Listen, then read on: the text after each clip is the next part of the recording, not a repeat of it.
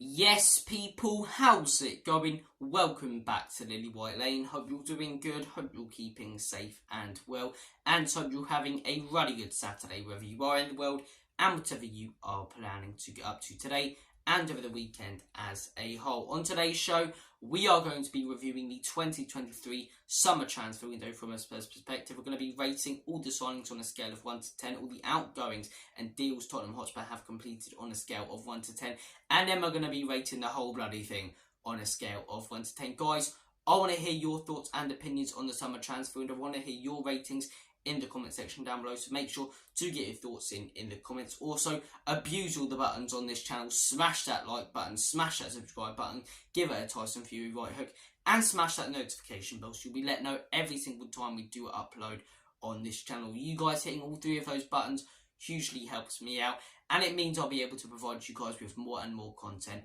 on this channel because it will be pushed out to more people. So please help us out, do those great things. And look, without further ado, enough waffling, enough faffing about. You guys don't want to hear about the like buttons or subscribe buttons. You want to hear about the summer transfer window. Will I rant a little bit in this video? I'll try not to, but I can't promise anything because as soon as I mention the name Daniel Levy and not getting business done, I get riled up. But look, let's talk about some of the signings Tottenham Hotspur have made. I want to start things off by talking about the two signings that have played for Spurs prior to the summer transfer window, but that we made permanent this summer. Kulusevski and Porro. Porro, I'm going to rate a 6 out of 10. I'm not fully convinced by the guy yet. I think positionally he's not the best, but going forward he is good. He's better than Emerson in my opinion, and I think it was the right decision to make the deal permanent. I think it was the right decision to make the deal permanent. Forgive me if I do slur my speech a little bit. I've literally only been awake half an hour, and if I sound a little bit croaky like Sean Dyche at times, obviously my voice is a little bit hoarse because I've only been awake half an hour. But Pedro Porro, maybe we did overpay for him a little bit, but I think it was the right decision to buy him permanently. And yeah, I'm going to give it a 6 out of 10, which isn't terrible. 5 being average, obviously. Anything above 5, above average. Once you pass 7, I'm saying it's a good signing. 8 to 10 is a very good signing. That's the way I'm sort of scaling this. So Pedro Porro, for me, is going to be a 6 out of 10. Next signing, Dejan Kulusevski. Yet again, I think it was the right decision to make this guy's deal permanent. I think in the last few games, Kulusevski's looked a lot better than he did last season. I think last season he turned into a little bit of a one-trick pony. Teams were sussing him out much more easily than they did when he first joined under Antonio Conte. And hopefully this season he can get back to that form that he was in when he first joined Tottenham Hotspur. When he joined in that January and played absolutely brilliant for the rest of the season. Some of the goals he was scoring against the likes of Leeds and that, they were brilliant.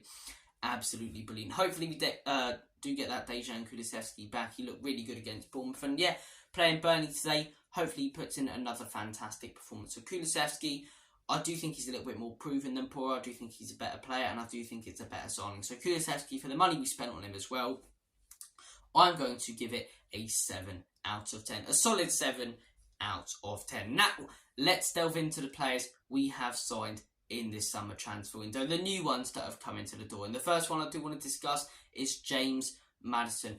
I understand 40 million is a bloody lot of money, but in football terms, it could be seen as a little bit of a bargain. It could be when you judge how much this guy will offer to this Tottenham Hotspur team. He's already showing how class he is and already has in these first 3 games. He's looked absolutely mint in that midfield. Goals, assists coming from left, right and centre. I'm really liking what I'm seeing from James Maddison. He's creative. He's finally the replacement for Christian Eriksen we've been crying out for and looking for years.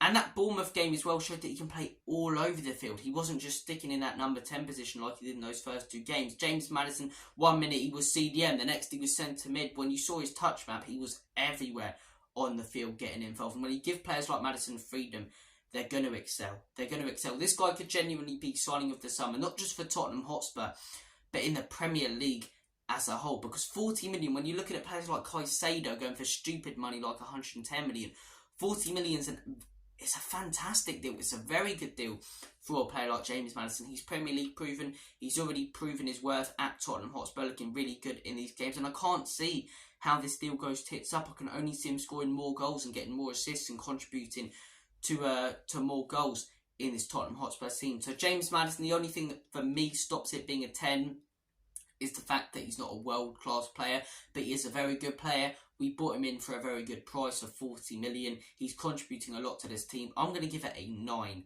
out of 10. I think this is one of the best signings Tottenham Hotspur have made in years and years. Genuinely, probably one of the best signings we've made in a decade. Heung-min Son's up there. This guy's definitely up there.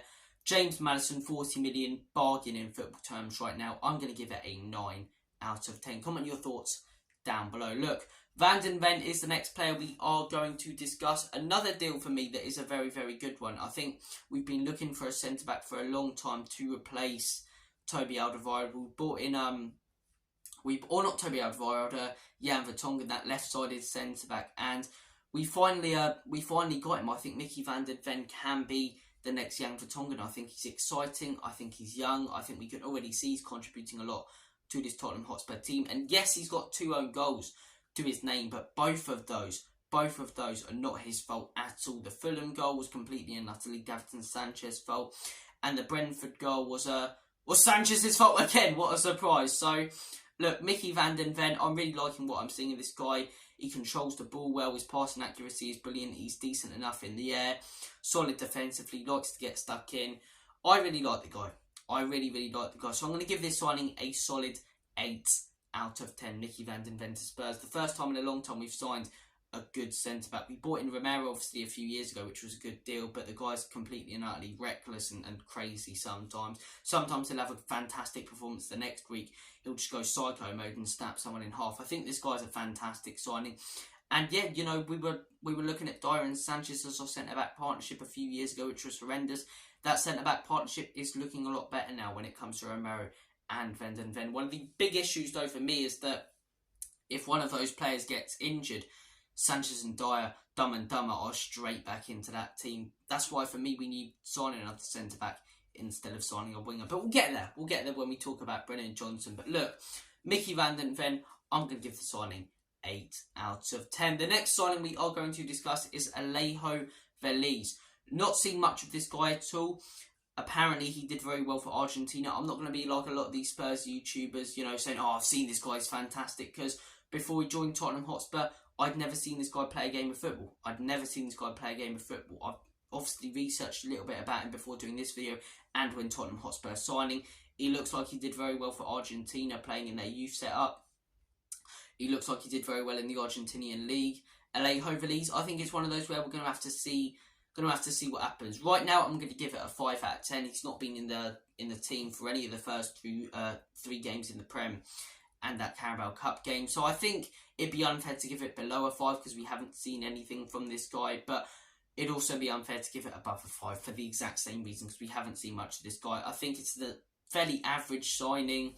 I think it's an okay price tag. Like I say, we'll have to see what this guy brings to Tottenham Hotspur. It's hard to judge because he hasn't played any games. So Alejo Veliz, I'm going to give it a 5 out of 10. Manuel Solomon, I'm going to give it a 5 out of 10. I think on a free, it's a good transfer. I think the fact you're bringing him in on a free, you're not having to pay any money for a good winger, that's a good deal. The guy, he's not phenomenal in these first few games, what I've seen from him. At times, he can be a little bit selfish. I'd like to see him get a goal, because if he scores a goal like he did for last season, you know, he's looking at okay, he banged in that first goal for Fulham. I think he scored like 6 in 6 games or something stupid like that. He got a fantastic run together of banging in goals. So hopefully he scores for Spurs. Maybe if he gets a good run in the first team, he can show what he's about. Right now, I'm not necessarily unimpressed, but I'm not hugely impressed. I'm not watching this guy going, get him in the team, get him in the team. He needs to replace Heung-min Son. So right now, I'm going to give it a 5 out of 10. I'm going to give it a 5 out of 10. The next player we are going to discuss is Ashley Phillips. I actually think this is a very good signing. I think when we see more of this guy, he'll be very good for Tottenham. Starting games for Blackburn, who you've got to consider are a championship team who will contend in. The guy, I believe, is he 18, 19? He's exciting, he's young.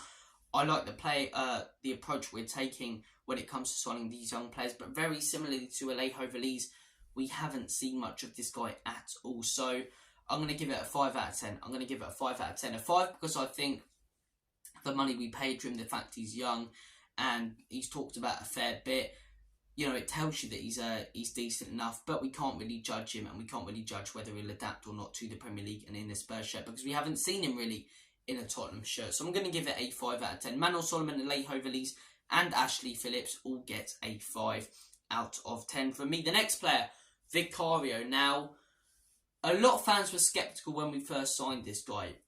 I'd count myself in the group of fans that were sceptical when we first signed this guy. I don't think that was necessarily because we've signed Vicario, but I think that was more because we were looking at David Raya and we didn't sign him because of a few £1 million. And now Arsenal have him, obviously. So, and what's even more frustrating about that is they paid less than we were going to, yet they rejected our offer and asked for more. But look, we didn't pay that extra few million for Raya. I think a lot of fans when we signed Vicario were a little bit annoyed because we were going in for Raya. But Vicario, do you know what? Right now, he's proving those fans wrong. He's proving those fans wrong who were sceptical of him. And I count myself in that group of fans who were sceptical of bringing this guy. And I wasn't necessarily Vicario out. You know, I'm annoyed with that signing, but I was like, is he really good enough? Is he really proven enough? But he had some great comments from the likes of Buffon, an absolute Italian legend, one of the greatest goalkeepers to ever grace this earth, come out and say he's going to be keeping his eye on this guy because he really, really likes him. I really like what I've seen of him. He's made some fantastic saves. He hasn't been tested too much. I think that Man United game has been his best performance. I think in that Bournemouth game, he only got tested a couple of times, made a couple of good saves. In the Brentford game, only tested a couple of times, made a couple of good saves. In that Man United game, yes, Man United should have scored a few of their chances, but I think he made some really good saves. That Casemiro header, I completely disagree with Gary Neville on Sky. Says, he likes to flap his legs in the air. I think that guy's talking absolute nonsense. That was a nine. He got a world-class save. I think that was a brilliant save from that Casemiro header that he made. I think in that Man United game, he made some really good saves. And yeah, I like what I'm seeing from Vicario. My one slight issue with him is that for me, he doesn't command his box enough. But the first time in a long time we've had a goalkeeper who can play out from the back. I think he's one of the only goalkeepers we've had who can play out from the back. Every single time from Lloris, it was long ball, long ball, long ball wide, constantly. This guy very rarely plays a long ball, and if he does, it's on the money. It's on the money. With the ball at his feet, I'm not saying he's on the level of the likes of Edison and Alisson, but you can see he's trying to do the same with those goalkeepers, and it's working out so far. He hasn't lost the ball once playing out from the back, Vicario, so far. So I really like what I'm seeing with the guy. I'm going to give it right now a 7 out of 10, a solid 7 out of 10. I think 8, 9 out of 10 would be unfair because he hasn't really had to make too many saves in the games we've seen him in so far this season. But yeah, in pre-season and in the games we've seen, I think he could command his box a little bit better. But I like what I'm seeing.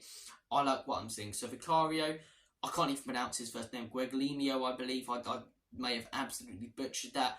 I'm going to give it a solid 7 out of 10. The next player we are going to discuss, I think we haven't done all of them. We haven't done all of them apart from the player we did sign yesterday, Brennan Johnson. You guys know my thoughts and opinions on Brennan Johnson if you've watched this channel before and you've watched my videos on Tottenham Hotspur potentially signing this guy. I don't have an issue with Brennan Johnson.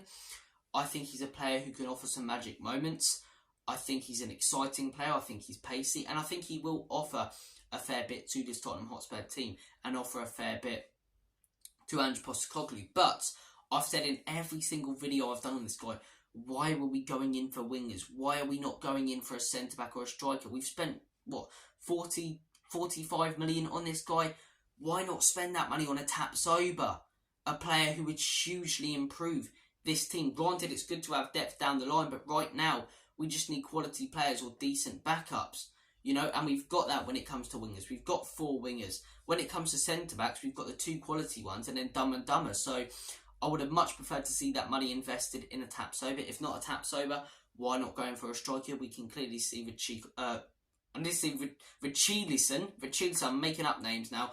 Cannot speak this morning, but we've seen that Richarlison can't hit a barn door. We've seen that Valise hasn't really been involved in the squad. Dane Scarlett's out on loan, so I don't understand why we didn't spend that money on a striker or centre-back. But focusing on the Brennan Johnson, I think the deal-wise, I think 45 million is a little bit much. He may prove me wrong. I know Forest fans, it's one of those where they really didn't want to let him go, but I think a lot of that's due to the fact he's homegrown as well.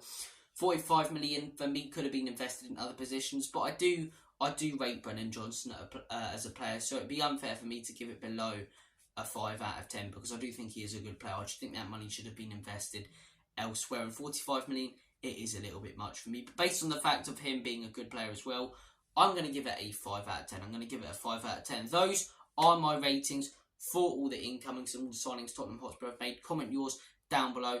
I want to hit all of them. Now let's discuss, and we're going to go through these ones a little bit quicker. Now let's discuss the players that have left. Oh, I cannot speak this morning. Now let's discuss the players that have left. There we go. Harry Kane, Harry Winks, Lucas Moura. They're the 3 players who have left permanently. The rest are out on loan. We have to start off by talking about Harry Kane because that's probably the biggest transfer when it comes to Tottenham Hotspur this summer that has happened, and it really hurt at the time. This is a man who I've grew up idolising, who I've loved as a Spurs player, and who I've only ever known as a Spurs player. I've only ever known as a fan of Tottenham Hotspur with Harry Kane, and just making videos even. I've only ever known when Spurs win, putting in the title as world class Harry Kane because he would be, and it was a real shame to see him go. And I know a lot of fans go, "Oh, your top players move on." Your top players don't move on if your club offers them a lot. The fact he's leaving without anything to show for his time at Tottenham Hotspur when he's been there for 10 years playing in that first team, it's pathetic. And that's on the ownership. That's on the ownership for not surrounding this world-class talent we had with top players. Not even world-class players, but with top players who can do a job. If Harry Kane was surrounded by top players, Tottenham Hotspur would have won a couple of Premier Leagues by now, I'm sure of it. But no, he's been surrounded with Dyer and Sanchez in the first team. He's been given service for a few years by Lucas Moura, who's a bang average player. Yes, he scored that hat-trick in the Champions League semi, but apart from that, he didn't offer much to this Tottenham Hotspur team. I know that moment, was absolutely phenomenal, but apart from that, he wasn't unbelievable. And I think it hurts. It hurts the fact that we've let this world-class talent, one of our greatest ever players, go without winning anything because we've surrounded him year after year with shit.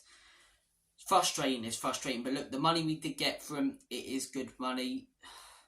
What annoys me even more is we sold this guy 3 weeks ago and there's been zero reaction to selling one of our greatest players ever.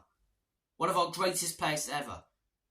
have we bought in with that Harry Kane money when he's been gone 3 weeks now? Brennan Johnson, that's the only player. For 45 million. I want to see that money invested in January. But will it be? I doubt that now. I think it'll be pocketed by that absolute numpty mini-me looking tosspot who runs this football club and who's let down this world-class player. And I told you guys, I said at the beginning of this video, I can't promise that I'm not going to go on a rant. I'm going on a rant now because I'm annoyed talking about Harry Kane, a world-class talent, one of the best players this football club's ever had, and he's left because he has more ambition than this ownership in this club. It's a joke. It's an absolute joke. Like I say, deal-wise, it's a good deal when it comes to the money we got him for and the fact that he's 30, but it hurts that one of our greatest players has gone without winning anything. So deal-wise, it would probably be close to a 10 out of 10, genuinely, for the money we got out of him and for how much we milked Bayern Munich. But when you're looking at it from a perspective as Harry Kane's one of our greatest ever players and, he's leaving because he has more ambition than the football club, that would almost be a 1 out of 10. So I'd have to give it a 5 out of 10. 5 out of 10 because of the emotional side of it and the deal side of it. Look, Harry Winks to Leicester, 10 million. I'm going to give it an 8 out of 10. We needed to get the guy out. 10 million, take any money you can for these players. Very good deal. Take it. But we needed to clear out so many more players. More on a free. I'm not sure I can rate that really. It's on a free. Yeah, I don't know what I can judge. Lucas Moura's offered some good moments to this football club, but at the end of the day, he was never really good enough. Like I say, he was one of those players who could produce a magic moment, but then do nothing for weeks and weeks and weeks and months and months and months. So look, Lucas Moura, farewell. I wish him all the best. Same with Harry Kane. Same with a fair few of these players who are leaving. But yeah, that's it. That is it. We started this summer off with Paul O'Keefe coming out, with Alistair Gold coming out and going, Spurs fans, await the big summer clear out. We're going to have this massive summer clear out. 3 players. One of them was the player who we didn't want to let go of most in this team, and one of the greatest players. One was on a free, and that to you, Daniel Levy, for letting this happen. And then the other one has been at this club years and we should have shipped out years and years ago. That's it. We're still lumbered with Sanchez. We're still lumbered with all these players who we've loaned out. And do you know what loaning players down is? It's kicking the can down the road. It's kicking the can down the road. You're going to have to kick that can again. And it's going to be down the road. And then you're going to have to kick that can again. Put it in the bin. If you don't get my analogy there, then I'll try and explain it in a better way. Why are we just postponing? I cannot speak this morning. Why are we just postponing sorting out the problem? Why not just terminate these contracts? If teams don't want to buy them, which one of the reasons teams don't want to buy these players is because they are dog shit, but another reason is because of the ridiculous prices Daniel Levy's putting on them. Just accept the first bid that comes in for a lot of these players. But honestly, just terminate their contracts, because now we're lumped with these players who don't want to be here, who are going to be stealing a living and eating up our wage bill for the rest of the season. And the players who we've loaned out, like I say, it's just postponing the problem. We're going to have Tanganga, we're going to have Rodon, we're going to have Reguilon, we're going to have Scarlett, we're going to have Parrott, we're going to have Spence, all back next summer. And who actually, what players do we really want to keep out of that loan list? Personally, Tanganga, he's had years to prove himself, he's not young anymore. I'd like to sell him, but we can't sell him. Rodon, sell him, but we can't sell him. The only player I'd really want to keep in that player or that list of players that we've loaned out is Dane Scarlett, because he's young, he's still got time to prove himself. The rest of them can go. Yet we can't seem to sell them properly on a permanent deal because Daniel Levy's putting silly prices on them, not accepting the first bid, and then they're just here eating up our wage bill. It's a joke. It's an absolute joke. Big summer clear out. We signed Lloris's replacement 2 months ago. We've still got Lloris at this football club. We've still got Dyer at this football club, who's just going to sit around on the sidelines because he's not in the manager's plans for the rest of the season, steal a living and have everything his way, the twat. We've still got Sanchez, Dyer and Sanchez, dumber and dumber. We've still got Reguilon, who's just out on loan, who's back next summer. Some of the signings we've made this summer have been fantastic. I'm not going to deny that. Maddison, brilliant signing. Van den Ven, brilliant signing. The rest, I'm undecided on. And then you're looking at the fact that we didn't sign a centre mid. We didn't sign a centre mid, which could bite us in the arse in January when Pape Matar and Bissouma go to AFCON. We didn't clear out the deadwoods. We didn't bring in a centre-back, and we didn't bring in a striker. Based on those facts, I'm going to give this summer transfer window as a whole, I'm going to give it a 4 out of 10. I think some of the signings we've made have been really good. Like I say, Maddison I think is a very good signing. Van den Ven I think is a very good signing. I think both of those players can hugely impact this team. But the rest of the signings, Solomon, an average player. I know a lot of fans won't like that because he's new, but he is an average player. The rest of them pretty much, I'm looking down at the list of the players now, are bang average players. I know I'm using Alex THFC's, thing there, but they are bang average players. Outgoings as well. Cleared out 3 players. I'm not even going to count Harry Kane with clearing out the deadwood because he's far from the deadwood. At this huge summer clear out, where we were meant to clear out 8 or 9 deadwood players, we've cleared out 2 in Harry Winks and Lucas Moura. Sanchez, Dyer, Reguilon, Lloris, all still here sitting on the sidelines the rest of the season. What happens now, right? What happens now if Romero gets injured? Sanchez is in. Then what happens if Van den Ven gets injured as well? Sanchez and Dyer are in. Honestly, that centre-back partnership wouldn't look out of place in the Championship. Yet we cannot seem to ship these players on. 1, because they're dog shit. But 2, because Daniel Levy's always asking for more money. They put in a 9 million bid for Davinson Sanchez the other day. Daniel Levy's still asking for more. Why are you asking for more? Just accept the first bid that comes in. You don't want the player anyway. It's ridiculous. And then you've got Hugo Lloris coming out, who I'm getting annoyed at, right? And I'll blame Daniel Levy for a lot of this summer and why it's not been good enough. But then you've got Hugo Lloris coming out saying he doesn't want to move away to France when they're in for him. When literally he's been saying all summer he wants to play first team football and he'd like to move to France. Then a French team comes in for him and he thinks he's better than them. Same with Højbjerg. Who are you to think you're better than Fulham? Honestly, A lot of these players have done my head in. They genuinely believe they're better than they are. They're egotistical. I cannot get my words out. Egotistical prats. Part of the reason we can't ship them out is because of Daniel Levy, and part of the reason we can't ship them out is because of how shit they are and how big their ego is for no reason. This summer transfer window, yet again, has not been good enough. It's not been an absolute car crashing disaster because we have brought in some good players, but we've missed out on a striker when we need one. We've missed out on a backup centre-back when we need one. We missed out on a number 6 and a right-back when it could be debated that we needed one. We needed to clear out 8 or 9 players. We've cleared out 3. One of them being our greatest ever, or one of our greatest ever players. It's not been good enough. It's not been good enough this summer transfer window. 4 out of 10. Yet again, as fans, we're left, let down. And you know why they did the Johnson deal yesterday? They could have done it for weeks and weeks. They saved it till the last day so fans didn't get annoyed. And so you get all these dickheads on Twitter going, Bomber, Johnson. They saved it till the last day. It's all a PR stunt. If they did it before the last day, they know more fans would be demanding more happen. It's a joke. Absolute joke. Guys, thank you for watching this video.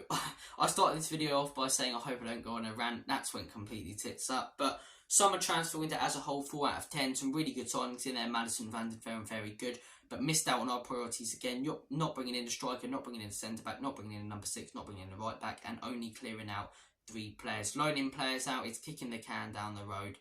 It's not sorting out the issue properly. It's just postponing, having to deal with it, putting it off. Guys, thank you for watching this video. Take care. All the best. God bless. Have a smashing day. Let's hope we get a win later against Burnley. And as always, Comedy Spurs. In Big Ange we trust. Enoch and Levy out.